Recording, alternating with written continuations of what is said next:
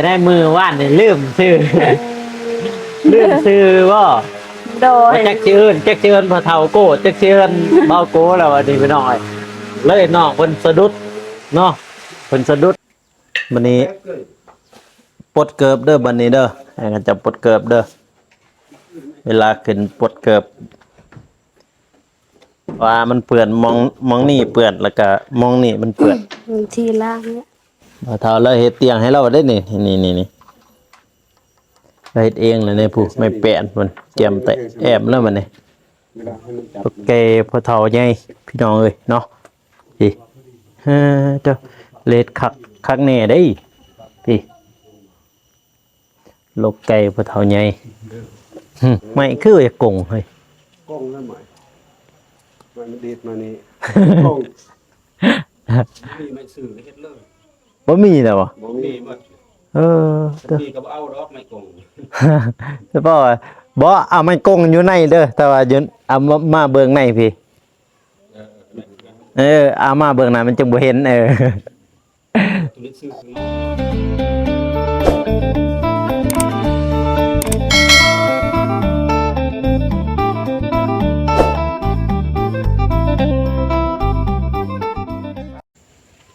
ปาติโทมาแล้วพี่น้อยเมื่อวันใหม่แหละเลี้ยวเบิ่งทางพุ่นเห็นแต่เจ้าเห็นแต่หน้าเพราะว่าบ้านบนดอยบ้านอยู่สูงพี่น้อยโตงามบ่พี่น้อยเนาะงามบ่ FC ว่างามบ่ถ้างามมากดเหล็ก1มาให้เด้อพี่น้องเด้อโตพี่ส่วนผักมองเราปลูกผักเราบรรยากาศมื้อนี้ก็ดีพี่น้องเอ้ยมื้อนี้เปาโกมาก่อนเลยโตมาก่อนทางอีกแล้วก็ก่อนทีมงานอีกพี่น้องเลยเนาะก่อนอื่นเนี่ยกับสบายดีและสวัสดีเด้อพ่อแม่พี่น้องเนาะบ่ว่าสิอยู่ภายในหรือว่าต่างประเทศก็ยินดีต้อนรับเข้าสู่สองเบากูสนบทสปุปลาวเด้อพ่อแม่พี่น้องไงเนาะโตมาเปิดภาพมากับพี่อยู่บ้านบนดอยอีกแล้วพี่น้องเลยเนาะพี่เห็นบ่ปลูกน่านผักปลูกผักหัวสิงไข่ผักอีคู่แล้วก็ผักหอมจีนปลูกหอดลมพุ่นแหละมีปลูกมังนัดก็มีพี่เห็นบ่ปลูกมังนัดน้องสาลียังนี่ยาสูบบ่นี่แม่นบ่อย่าสูบจะด้วยแล้วก็พริกโตเปิดภาพมาพี่น้องเอ้ยปัดกวาดเงินซ่านสำเร็จแล้วบาทนี่แห้งแล้วติเนาะสร้างเนาะยังบ่โตท่านได้แห้งบ่ทันคักฮอดมื้อนี้แปลกเลยมื้อนี้เอากูมาก่อนหมู่พี่น้องเลยก่อนสร้างอีกก็สิมาถ่ายคลิปโตบันไดบึ๊บคอยเบิ่งอยู่สิได้ตกจากบันไดนี่จากเขื่อนบนดอยนี่โตเอาบัดนี่มองนี่น้องตัวในล่างแล้วนี่นี่ปัดเถื่อนบนดอยพี่น้องเอ้ยเอาไม้แปะนพุ่นไปพุ่นก็ได้เนาะนี่ไม้ตัวนี้นี่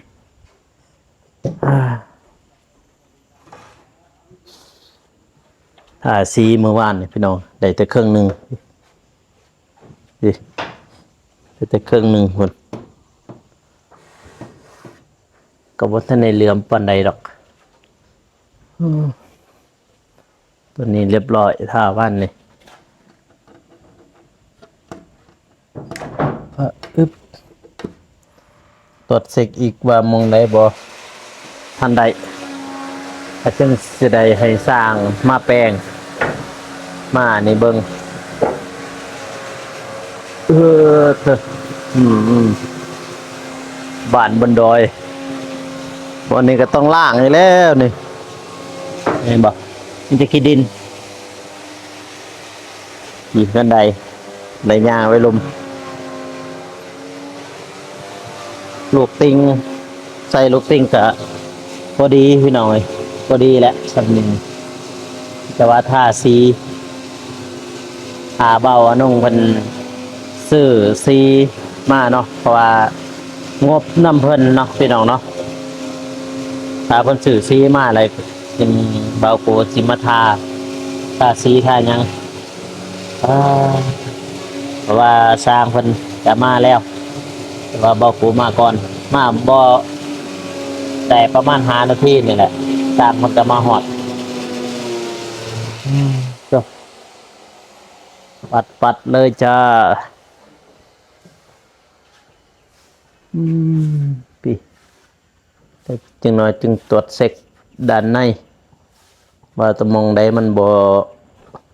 คักบ่แน่กะล็อกข้างในโอเคแล้ว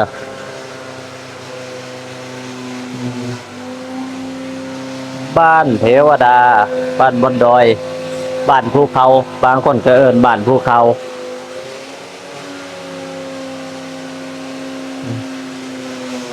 สบายบัดงามไว้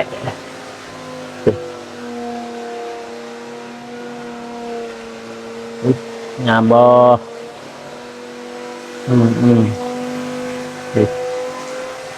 พาแต่สร้างแดงขึ้นมาแล้วก็เฮ็ดบันไดแล้วบันไดก็จึงพระเจ้าจะพักผ่อนพี่น้องเลยเนาะเพิ่นยังค่าอยู่น้องทางลมเพิ่นยังเฮ็ดอันนั้นอยู่ย่านมันอันนั้นพี่มานี่เบิ่งพี่มายืนในหม่องนี่ปั่นบนดอยนี่ใส่ไม้นี่บัดนี่บ้านบนดอยบ้านภูเขาพี่น้องเลยอักเมียนนะพ่อยสบายดีก่อนพี่มาทางนี้มันไปแจ้งเนาะสบายดีพ่อใหญ่เพิ่นแน่ โดยสบายดีเบาโก้โดยสบายดีผู้ใหญ่ใจบุญและ FC ทุกท่านหรือว่าอยู่ในลาวและไทยและต่างประเทศและคนอยู่ในบ้านก็ขอสวัสดีสบายดีเด้อเบิร์ดสุขีทุกคน ตุ๊จะได้มือว่านนี่ลืมชื่อ ลืมชื่อว่า โดย แจ็คเชิญพอเท่าโก้แจ็คเชิญเบาโก้แล้ววันนี้พี่น้อยเลยน้องเพิ่นสะดุดเนาะเพิ่นสะดุดมือว่านนี่แจ็คเพิ่นเชิญพอเท่าโก้แจ็คเพิ่นเชิญเบาโก้เพิ่นสะดุดมองนั่นพี่น้องเลยเนาะมันขึ้นในไฟนอนอยู่เนี่ยไฟนอน แม่คอยมีพวกเอ่ย เขามานอนบ่ โดย นอนคนละห้องเลยแล้วนอนห้องเดียว บ่ขันมาห้อง2ห้อง สองห้องนี้กับห้องนั้นบ่ โดย อ๋อห้องนี่กับห้องนั้นพี่น้องเลยเนาะจะนอนป้าตัวเบิ่งในกล่องโคตรงามเลยพี่น้องเลยเนาะ โดย ฟันเห็นยังเมื่อคืนนี่นอนบ้านใหม่ได้ฟันอยู่บ่ บ่ฮู้กับฟันแต่ว่าบ่ฮู้ บ่เจออีกแล้ว โดย บ่เจอความฝันอีกแล้วพี่น้องเลยเนาะเราบ่เจอความฝันอีกเลยป้าตัววันนี้เบาโกมาก่อนหมู่เลยทีมงานอีกก่อนทีมงานอีกก่อนสร้างอีกก่อนสร้างก็ได้5 นาทีวัน5 นาทีนี่แหละมาฮอดก็เห็นน้องเพิ่นอยู่เทิงแล้วก็จึงสร้างทยอยมาพี่น้องฝนตกอยู่บ่คืนนี่เพิ่น บ่ บ่ตกบ่ บ่ตกแต่ว่าตอนเช้าตก ตอนเช้าตกบ่ โดยแต่ว่าบ่แห้ง ตอนเช้าเนี่ยฝนตกอยู่พี่น้องเอ้ยเนาะแต่ว่าตอนแรง ตอนแรงขึ้นนี่ฝนบ่ตกเออก็ดีอยู่เด้ โอ้ เลี้ยวไปทางนี้พี่น้องเอ้ยธรรมชาติสวยงามเป็นทงไฮทงหน้าพี่น้อยอันนี้เป็นทงหน้าคุณทงไฮพูนให้ข้าเจ้าอยู่นี่นี่มองนี่งามงามน้ำบกแล้วบ่น้ำบกแล้วเนาะน้ำลุ่มเนาะ โดย เออไปหาเบิ่งหมอกไผ่เฮามองได้เด้อพูดมองพุ่นไปเจอได้อยู่หมอกไผ่เจอบ่หมอกไผ่ตกไผ่ไทยบางนั้น บ่บ่ได้ไปเบิ่ง น่าจะสุกละมั้งถ้าบ่คันบ่ถ้าบ่เขาบ่หลักไปเก็บอ่า โอเค ไปตรวจบ้างหันไปเช็คบ้างหันอยู่ในห้องนั่นไปเบิ่งห้องเช็คห้องว่ามันโอเคแล้วบ่เพราะเอ็นเอฟซีเพิ่นว่าโอเคแล้วบ่ห้องนี่มาตรฐานแล้วบ่คักแล้วบ่โอ้อัดเองเลยเฮ้ยเด็กฮึมเอาดิมันไล่ไปเองเลยอันนี้มามูลเหมือนกันนั่นเอาต้นนั้นก็ได้หันมามูลมัน ทีนี้ ตัวแต่ว่าก็มีล็อกอยู่เด้อพี่น้องเด้อมีล็อกแล้วเนี่ยมีล็อกมีแนวเกาะข้างในอะไรได้แล้วบ่มึงโอเคแล้วบ่โอเคใส่โอ้ยังเลยเฮ้ยโอเคยามลมพัดยามโซโซตัวได้แหละหาอัดเมื่อวานนั่นบ่ได้ ตัวนี้ ตัวนี้บอกเฮ้ยเถอะไพ่นอนอยู่นี่นอนลิ้นบอก โดย ใช้ไฟบ่มีไฟบนบ่มีนะโอ้อึบ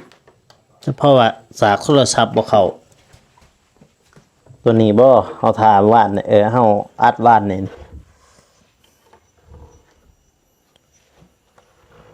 พี่อยู่เทิงเป็นพี่น้องไงอยู่เทิงพี่ สี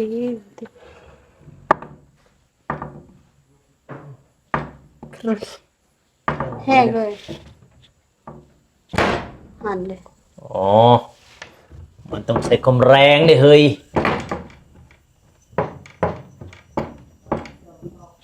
ได้อยู่พี่น้องเอ้ยเฮ้ย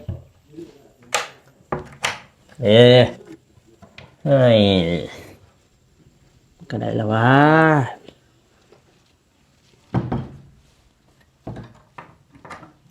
นี่ได้อยู่พี่น้องได้อยู่โอเคอยู่รออยู่มีแนวเกาะข้างในแต่ว่าบ่มีแนวเกาะนี่ปึ๊บอันเดมา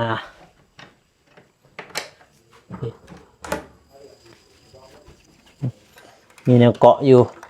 แต่ว่าบ่มีแนวเกาะ14เพิ่นว่าน้องซาลี่ก็ลงอีกเมื่อวานสะดุด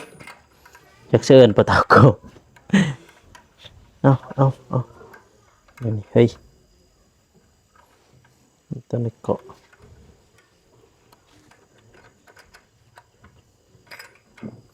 อันนี้น้องซาลี่ตัวนี้นี่อ๋อตรงนี้ปึ๊บไปใส่เลยใส่ไฟ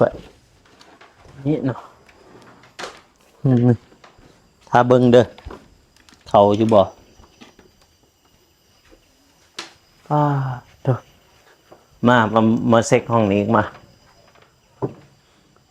าทางนี้รอบ่ห้องนี้บ่นอนคืนนี่ โดย อ๋อจะก้นนอนห้องนี้ นี่ดีบ่สาม ภายใน ห้างคอยแล้ว คนน้องห้านกันมานอนบ่ โดยห้างบ่แม่นน้องหานห้างน้องแก้วซีแล้วก็คอย โอ้เกี่ยวซีกันมานอนนี่ โดย ก็มีหลอกอยู่พี่น้องเอ้ย FC เพิ่นว่าย่านจะบ่มีหลอกมีแนวเกาะมีหมองเกาะหมองกะในข้างในตัวนี่ยังตัวเรือมันบ่แม่น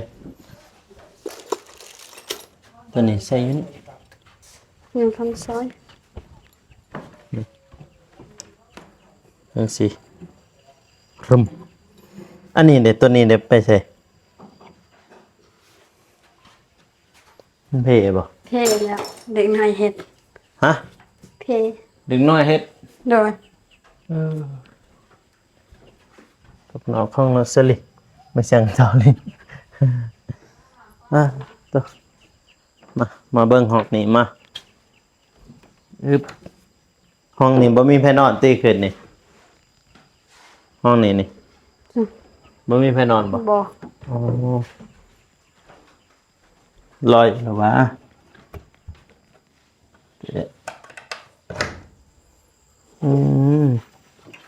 จังซี่ได้แม่มันมีเกาะหน่อยเกาะใหญ่เนาะโอเคพี่น้องได้อยู่ลอยอยู่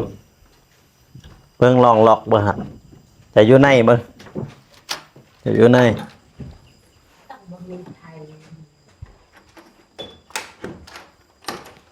มันน่าสิไข่เด้อ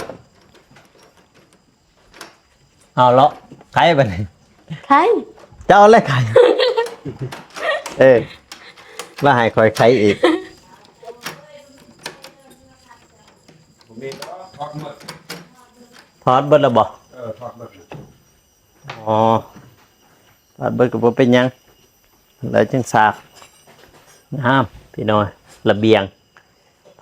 ตุท่าแต่สีมาท่าบัดนี้ทางเฮ็ดหยังบัดนี้ตัวนี้ก็ยังบ่ทันแห้งเนาะ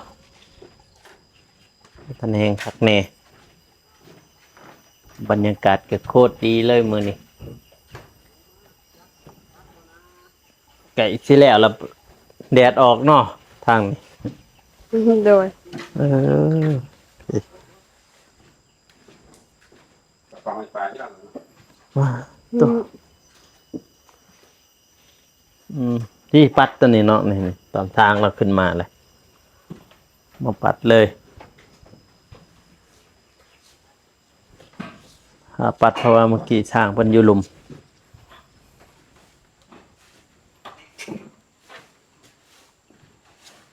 เฮ็ดยังมื้อนี่สร้าง คือไร อ๋อ โอ้คือไรบอกคันแล้ว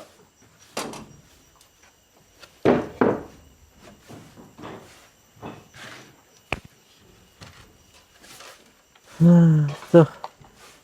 บรรยากาศมื้อนี้ก็โคตรดีเลยรู้สึกว่าดีแจ่มใสแห้งพี่น้องเอ้ยทางบาทบนดอยงามทิวทัศน์ธรรมศาสตร์มองนี่งามได้ใจโอ้น้องเฮ็ดยังพุ่นหาฟืนบ่โอ้โหพูดหน่อย โดย เฮ็ดยังให้ช้างกินบ่ แต่ ตำบักแตงอ๋อตำกำลังเขับไปเห็นครัวพวกนี้มองเราเฮ็ดกินมองกระตูบมันอะไรเป็นยังไง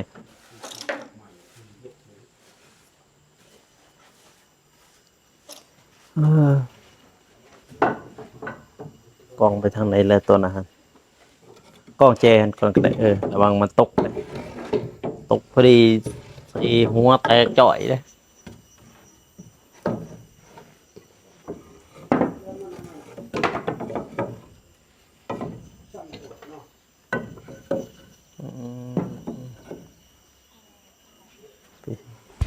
ปัดลงเลยก็ได้สร้างพันอยูลุมละวันนี้ปลดเกิบเด้อบันนี้เด้อให้กันจะปลดเกิบเด้อเวลาขึ้นปลดเกิบว่ามันเปื่อนมองนี่เปื่อนแล้วก็มองนี่มันเปื่อน ทีล่างเนี่ย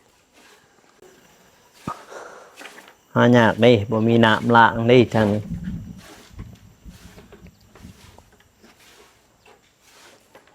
ปัดพี่น้องเอ้ยปัดเพื่อนซ่านห้องเพิ่นเนาะดูนี่งามบัดนี้เปิดมื้อนี้ก็คงได้ท่าอันนั้นสีลูกติง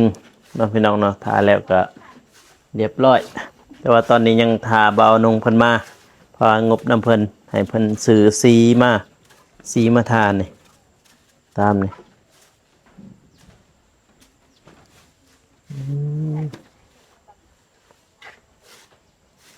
บ้านน้องจะหาพื้นบ่ โดย เราก็ดุเกินพุ่นอยู่หลุมพุ่นน้องน้อยเพิ่นเสื้อแดงๆฮะหาฟืนเพื่อหนึ่งเข่าตัว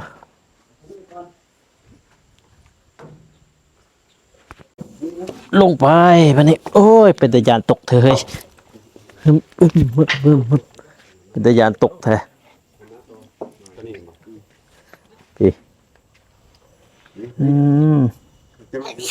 เบิ่งสางเพิ่น ทางนี้มันเงา ไม่สั่งเฮ็ดเตียงมานี่ เรื่องว่าเตียงเขาเห็น สงสัยเลยเนาะ แม่ ไผเฮ็ดเนาะสลิ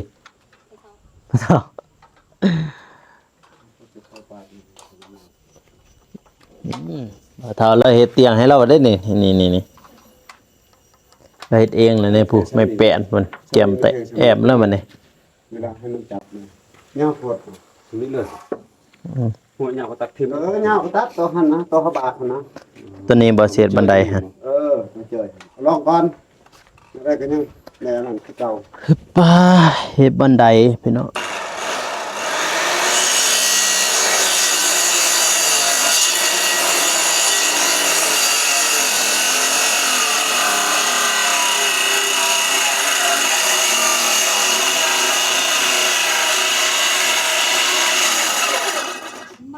ไฟขอเนาะ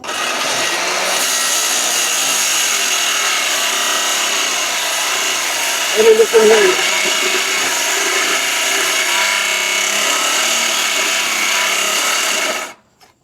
ตัวนี้มันกินไฟแห้งขนาดไหน ตัวนี้จักซื้อไม้บ่นี่อือ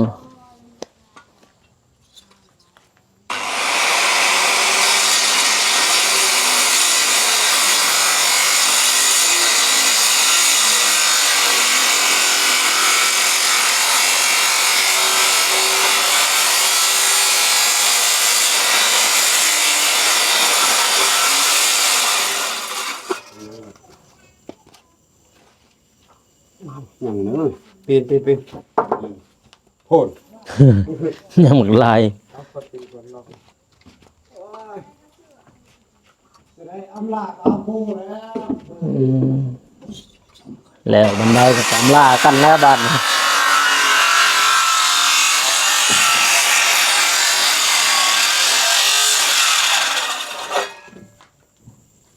แล้วบันไดนี้อำลาแล้วบัดไทยทิศหนึงพอแล้วจะได้พอกัน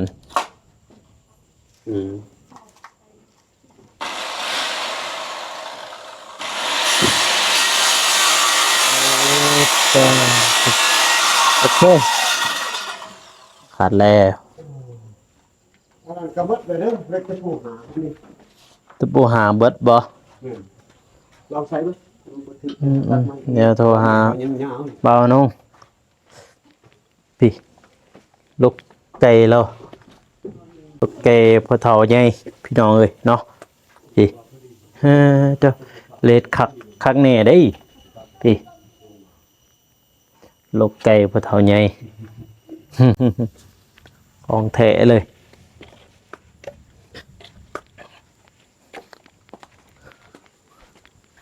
อึบจังสีบ่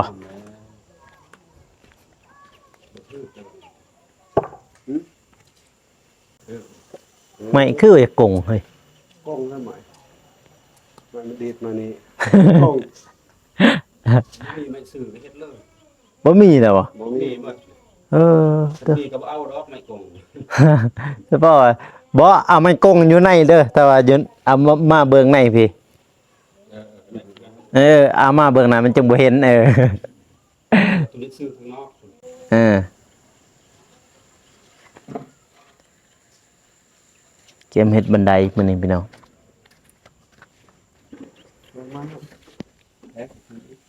เด้อ คือคือมึงอยากจะเปิดมันแทกเลยให้ตัดนี่ไปมันบอกยุบมันบอกไม่เอาทนมันตัดตัวคุณถือตัวนี้ยันเถอะคันไม่ลงตัวนี้ดูตัวนี้แล้ว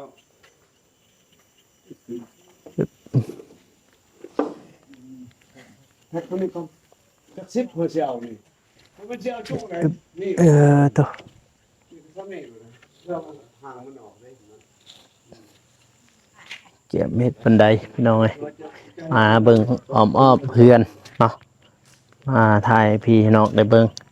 แล้วผู้ใหญ่ใจบุญทุกท่านได้รับชมเนาะพี่น้องเนาะบ้านน้องสาลีหรือว่าบ้านบนดอยหรือว่าบ้านบนเขาFCเพิ่นเอิ้นบ้านบนเขาก็แม่นเนาะป้าตัวงามพี่น้องเอ้ยแต่มื้อนี้สร้างเพิ่นจะเฮ็ดบันไดแล้วก็ทีมงานเฮาก็จะทาสีเรียบร้อยก็โอเคเนาะพี่น้องเนาะคลิปนี้ก็เบ้ากูก็สิจบไว้เพียงเท่านี้เด้อพ่อแม่พี่น้องเนาะก็อย่าลืมฝากกดไลค์กดติดตามเพื่อเป็นกำลังใจ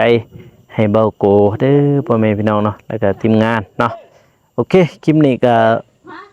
เบ้ากูก็สิจบเท่านี้อย่าลืมฝากกดไลค์หรือว่าติดตามคลิปต่อไปของบ่าวโกเด้อพี่น้องเนาะสำหรับคลิปนี้ขอกล่าวคำว่าสบายดีพี่น้องเอ้ยแล้วเจอกัน EP หน้าเนาะบ๊ายบาย